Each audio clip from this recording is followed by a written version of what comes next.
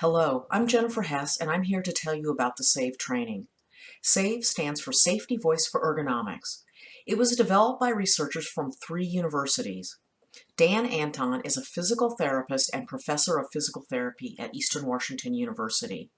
I'm a chiropractor and ergonomics researcher at the University of Oregon. Laurel Kinsel is an occupational safety and health associate professor at Oregon State University. Doug Weeks from St. Luke's Rehabilitation Institute in Spokane is our statistician. SAVE was developed with funding from the Center for Construction Research and Training via NIOSH, the National Institute for Occupational Safety and Health.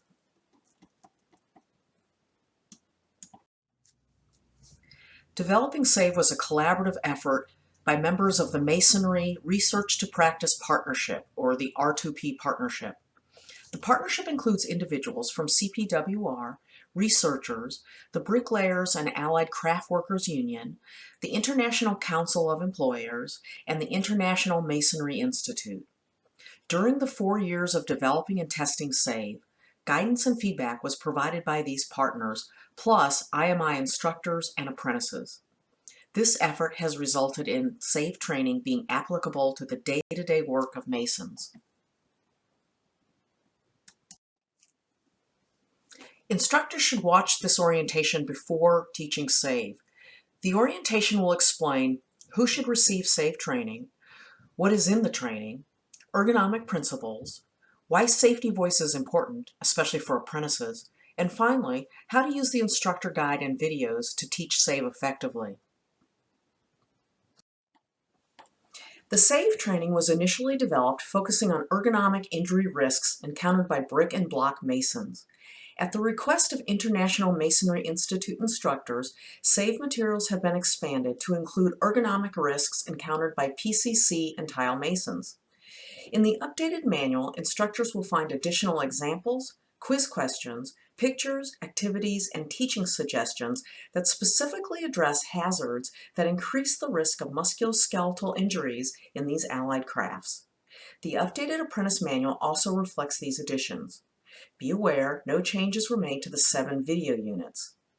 Before teaching SAVE, closely read the training overview and the information for teaching SAVE sections at the beginning of the instructor manual. This provides additional information about how to integrate these new materials into trainings, especially important when classes have multiple crafts present.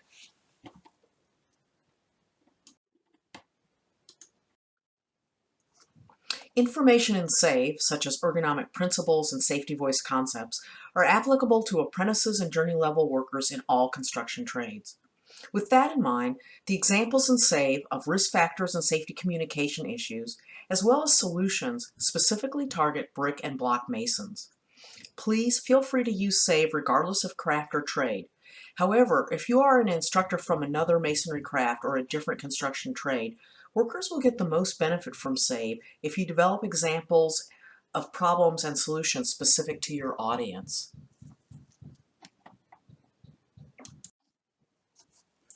The SAVE training focuses on 2 topics, ergonomics and safety communication. It consists of 7 units, 4 covering ergonomic principles and solutions, and 3 covering safety communication and problem solving.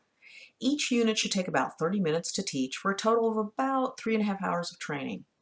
Because apprenticeship training centers' schedules vary, SAVE units were designed to be taught in one session or over a number of training sessions, like the Ocean 10 training. The units are interactive with pictures, videos, examples, discussions, quiz questions, and activities that are described in detail in the manual.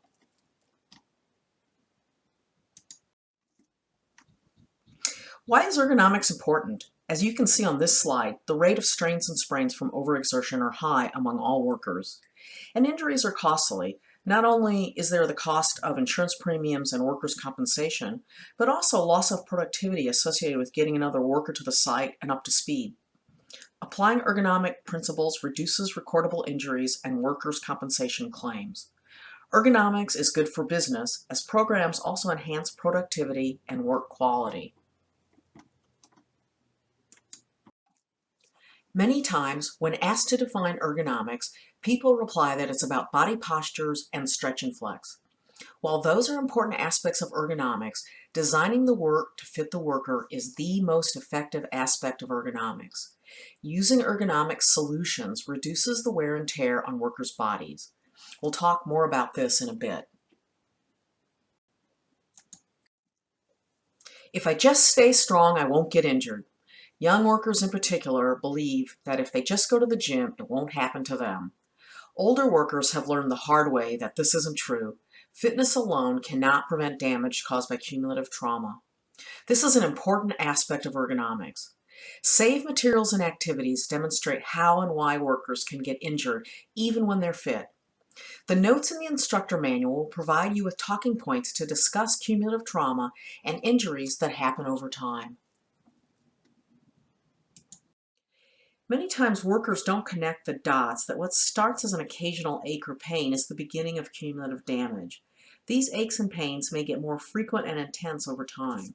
Sometimes the process takes years and results in chronic pain that is difficult to resolve.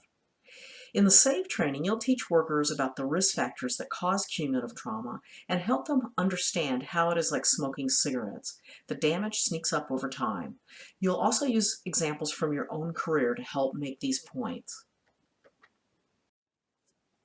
When you teach about cumulative trauma, explain that the body needs time to heal and repair, time that workers usually don't get when they're working long hours and many days in a row. It begins as minor, daily, microscopic damage to muscles, ligaments, tendons, and discs.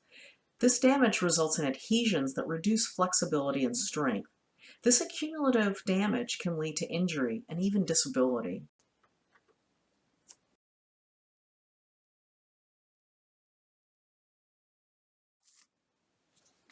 It is important to understand the risk factors for strains and sprains.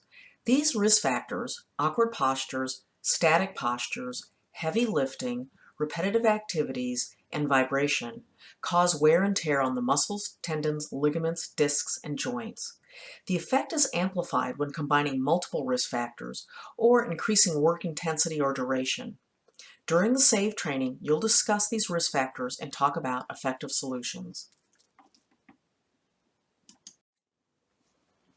As mentioned earlier, it is important to recognize that work practice solutions, including stretch and flex and using good body postures, are useful. However, using engineering and administrative solutions will gain workers the most bang for their buck in terms of injury prevention. This slide shows examples of engineering, administrative, and work practice solutions.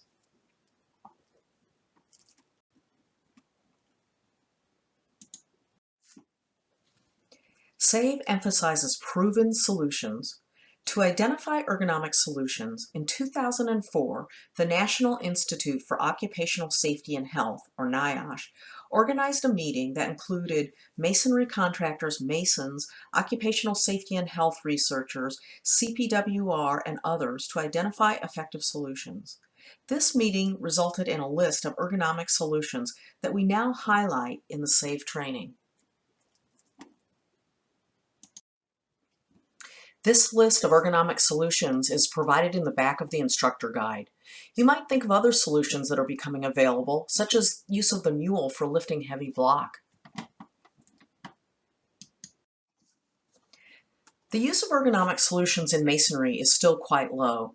As you can see in the shaded area on this table, most contractors use 2 or fewer ergonomic solutions, and fewer solutions are used in the Northeast than in other areas of the U.S. SAVE will help to spread awareness and use of effective solutions and empower workers to speak out to use established solutions. Okay, we've covered some key concepts about ergonomics for the masonry industry. Now I'll review why safety voice skills are important. Consider this pyramid showing an important foundational model about safety and health.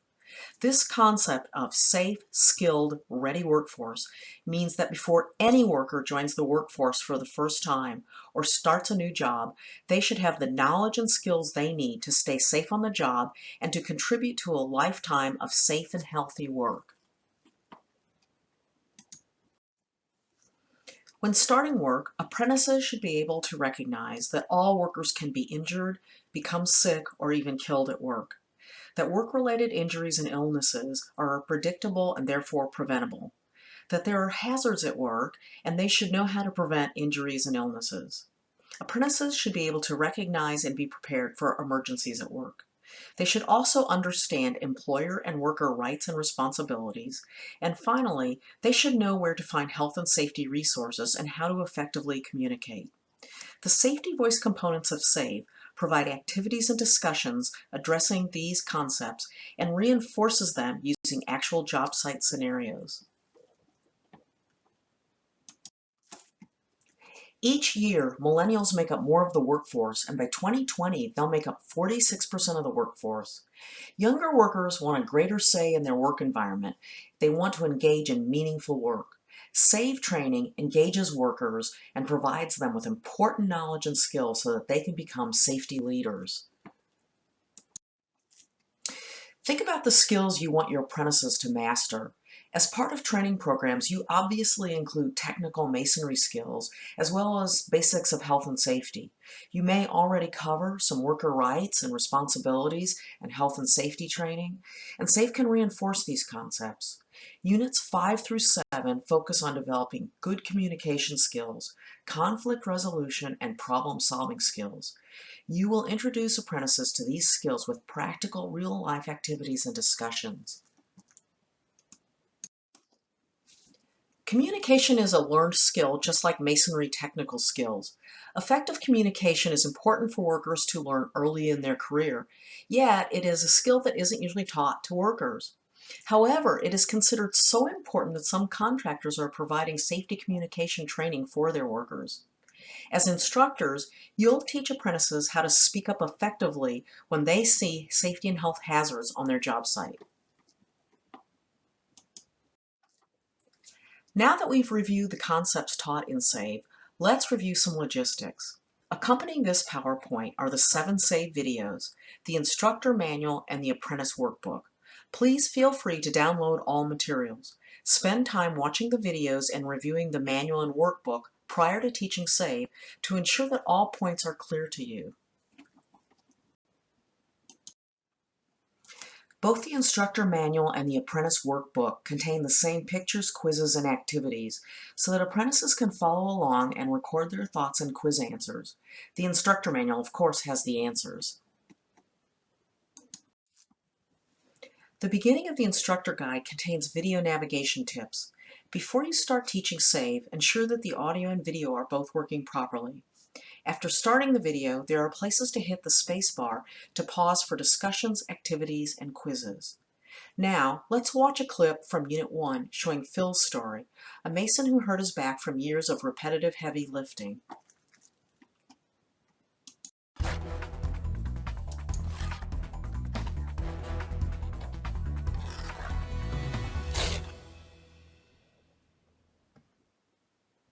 Ergonomics Unit 1, Introduction, Anatomy, and Cumulative Trauma.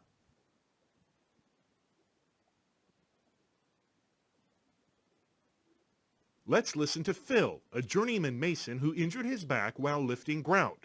Something really very simple. Yeah, something I did a 1,000 times, and it just that time. And then when I got home that night, you know, the whole left side of my body, leg, was just on fire. That is my vertebrae, and those are 2 screws. They are probably, I asked him how big they were, and he says they're as big as they look, so they're probably about that long.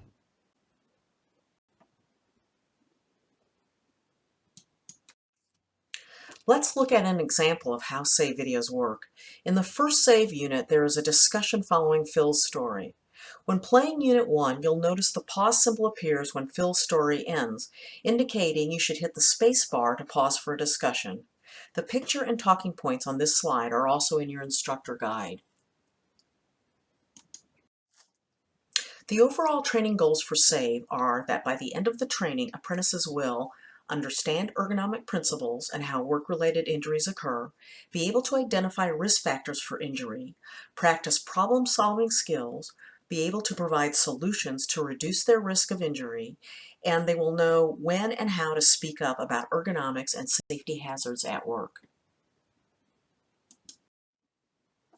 The first page of each unit has information to help you prepare to teach the unit, such as needing bricks or bendable wire. There are also learning objectives. On the right column of each page are instructor notes to guide you through the activities and provide talking points for discussions. As you can see in the blue box on the right, there is an estimate of the time you should spend on activities and discussions so that you keep units at about 30 minutes. However, feel free to spend more or less time as is appropriate for your particular audience. These next slides will provide an overview of each unit and highlight any places where additional clarification might be helpful. Unit 1 is pretty straightforward, though much of the information will be new to apprentices. As you saw, it begins with Phil's story. Then it introduces apprentices to the principles of ergonomics. It also introduces basic anatomy associated with common injuries and the concept of cumulative trauma. This unit is a great time to start apprentices thinking about preventing injuries like Phil's. You'll need some bendable wire for Activity 1 and some toilet paper for Activity 2.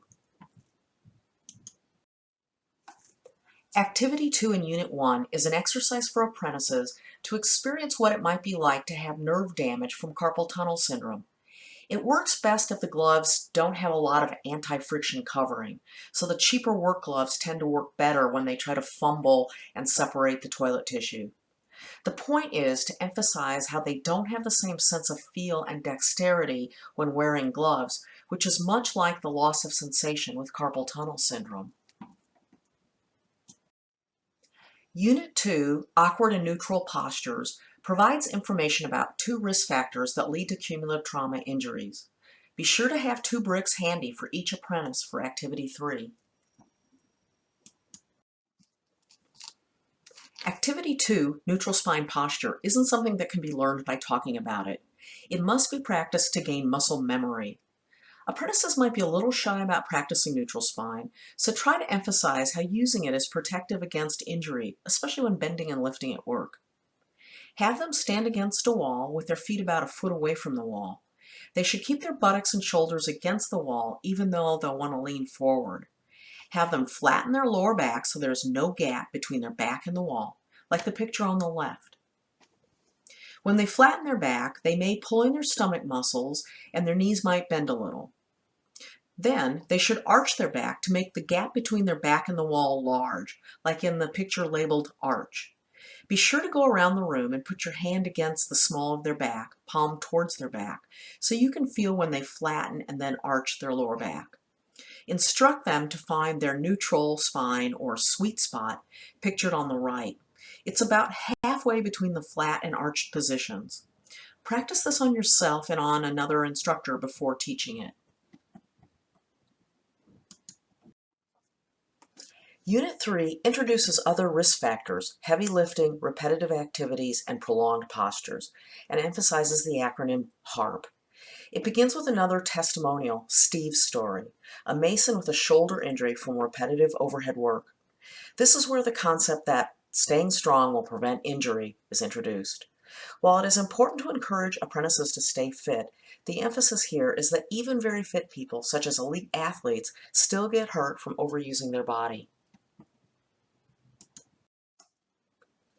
Activity 1 in Unit 3 tries to make a point about the effect of repetition on our body.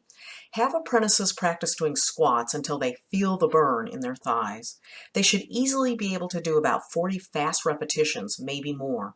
By the time they finish, their thighs should feel slightly fatigued. This example compresses the repetition they do throughout the day into a minute so they can feel the effect of fatigue due to repetitive use. When they perform work activities a few times an hour or rapidly, as in this exercise, the result is still wear and tear and fatigue to the muscles and ligaments. Caution them that if anyone has an injured knee, they should not do squats. Unit 4 transitions from talking about injury risk factors to introducing apprentices to the concept of having a safety voice. Speaking up when seeing a worksite hazard might not be typical for masons, especially apprentices. This unit reviews workers' rights and responsibilities and provides opportunities to discuss when and how to speak up. It begins with a story from Jesse, a mason who was not provided with necessary PPE. Instructors will lead apprentices through a discussion about whether they would have spoken up or not. In Activity 1, students consider what is a right and what is a responsibility and who is responsible. It is important for them to notice that there is overlap across rights and responsibilities and who is the responsible party. Activity 2 in Unit 4 provides an example of a resource available to Masons to keep them safer. As instructors, you will walk students through measuring their own grip size. By simply measuring the length of their hand, they can calculate their grip size, then measure a tool handle, such as a trowel, to see if it is a good match. Try this for yourself and it will be easier to teach. Unit 5 is about effective communication and conflict resolution. Younger workers might not think about all the ways besides talking that we communicate, such as with facial expressions and body language. This unit helps them increase their awareness about some of these other methods of communication. There are 8 discussions in this unit with talking points provided, so lots of opportunities to get apprentices engaged. Discussion 1 in Unit 5 starts the process and helps clarify what are good and bad communication skills so that you can reinforce appropriate communication skills at work. Apprentices might not initially be very vocal talking about these soft skills, so give them time to answer and coax them into discussion. In Unit 6, solutions are introduced for the risk factors covered in Units 2 and 3. This unit covers in detail the engineering, administrative, and work practice solutions mentioned earlier. Recall that the full table of solutions is provided in the back of the instructor guide. One thing apprentices grasp immediately is that many of the solutions are outside of their control. We'll talk about that in Unit 7.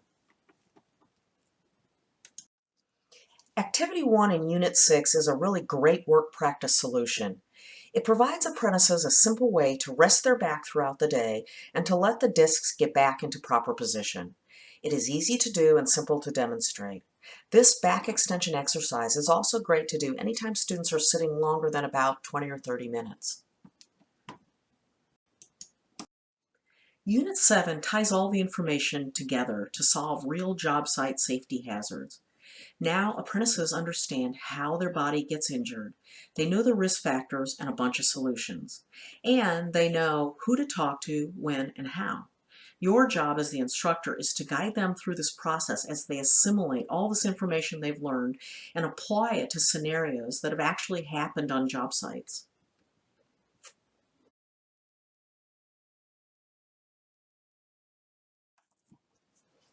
Activity 1 in Unit 7, the Sphere of Control, provides an opportunity for apprentices to consider who controls solutions to safety hazards on the job site. After they complete the exercise of placing job task numbers where they think they should be on the sphere, discuss their answers. Some job tasks are definitely within their control, such as wearing good-fitting gloves. Some job tasks are definitely outside of their control, like having mortar silos on the site, while others are in a gray area between them having some control and no control. The important take-home point to emphasize is that even if they don't have control, it's important for them to be aware of the wide range of solutions and, when appropriate, bring them to the attention of the right person. Also, at some point in their career, they may be in a position to implement a wider range of solutions, such as if they become a supervisor or a masonry contractor. Then they'll be in a great position to listen to their workers and implement safety solutions.